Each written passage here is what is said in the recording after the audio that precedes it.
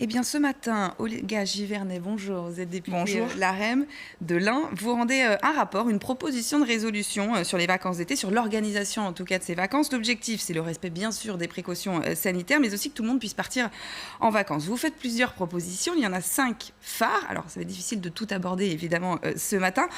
On va regarder parce que vous parlez notamment de se référer au guide des vacances. Vous proposerez, en tout cas le gouvernement va proposer via un site internet des propositions aux Français, des informations en tout cas pour partir en vacances en toute sécurité.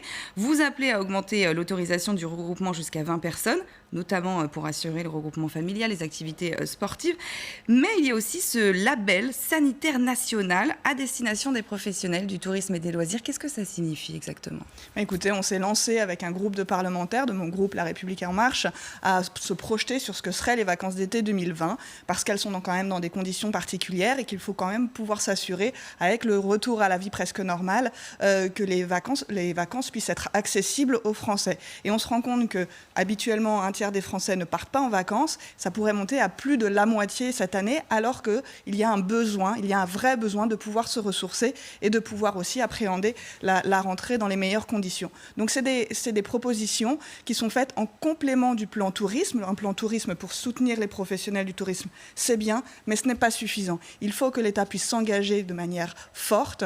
C'est un droit constitutionnel que les Français aient accès aux loisirs et qu'ils aient accès au repos également. Et donc il faut pouvoir démontrer que sur le plan sanitaire, tout est mis en œuvre pour que s'il y a des déplacements importants des Français, alors on est capable de gérer la situation de la crise sanitaire. Il faut aussi pouvoir donner de l'information aux Français sur leurs moyens de partir en vacances et puis de pouvoir accéder le plus facilement possible à ce qu'ils ont l'habitude de faire, c'est-à-dire pour beaucoup se retrouver en famille. On sait que les enfants vont chez les grands-parents. On a vu que le gouvernement a mis un clip de prévention, mais ne l'interrompt pas. Des liens qui ont été oubliés pendant 3 mois. Oui, on a du temps perdu à rattraper. Il faut pouvoir se le préserver et surtout, il faut pouvoir l'organiser. On est déjà au mois de juin. Beaucoup de Français ne l'ont pas réservé ou alors même ont vu leur réservation s'annuler.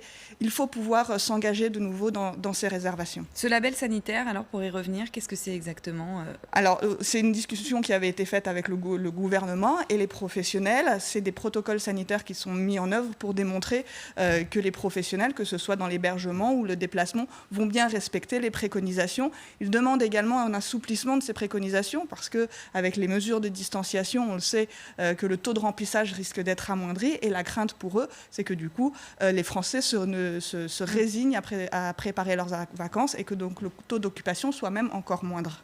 Il y a des propositions économiques aussi, notamment vous parlez de préserver l'intérêt des vacanciers en cas d'annulation justement de leurs vacances pour qu'ils soient totalement remboursés.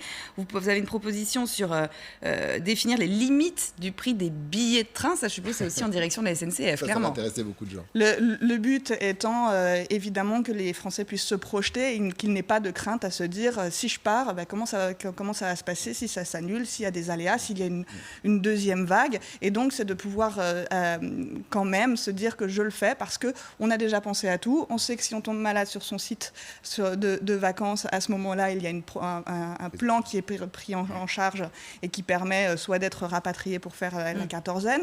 Il y a aussi un besoin de démontrer que les tarifs ne vont pas augmenter. S'il y a un taux de remplissage moindre, on peut avoir peur qu'il y ait un surcoût, notamment sur les départs en collectif, et donc de démontrer que c'est accessible. Je pense que les professionnels vont avoir intérêt à avoir des tarifs attractifs. Je pense même que les tarifs haute saison qu'on pouvait voir sur les périodes estivales précédentes n'ont plus lieu d'être sur cette année-là. En tout cas, il va falloir démontrer au niveau budgétaire qu'on est en soutien des Français. On sait que malgré le chômage partiel qui leur a été attribué, il y a quand même une baisse des revenus. La mise en place des colonies de vacances, alors qu'on apprend les colonies de vacances apprenantes, on sent que c'est une nécessité, une importance pour Jean-Michel Blanquer. Est-ce que l'éducation nationale, clairement, a perdu des écoliers, des enfants pendant ce confinement et pour le retour, le déconfinement? Il y a un décrochage certain, il y a un décrochage parmi les enfants évidemment, mais je crois que toute la population va pouvoir parler à un moment de décrochage. Il faut se raccrocher rapidement, donc il y a des solutions qui sont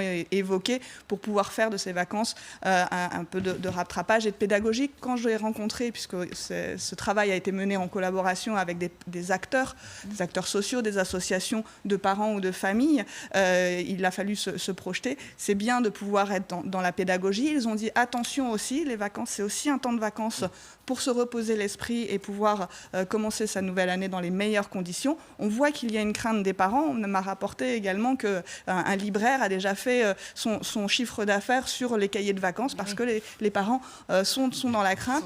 Donc il faut trouver le bon équilibre entre l'accompagnement de ces enfants et aussi leur permettre de souffler, de retrouver les copains et les loisirs. Merci Olga Givernet, députée donc l'AREM de l'Ain. Vous rendez ce rapport ce matin, donc proposition de résolution. On verra ensuite si ces propositions sont débattues et puis votées dans un potentiel projet de loi.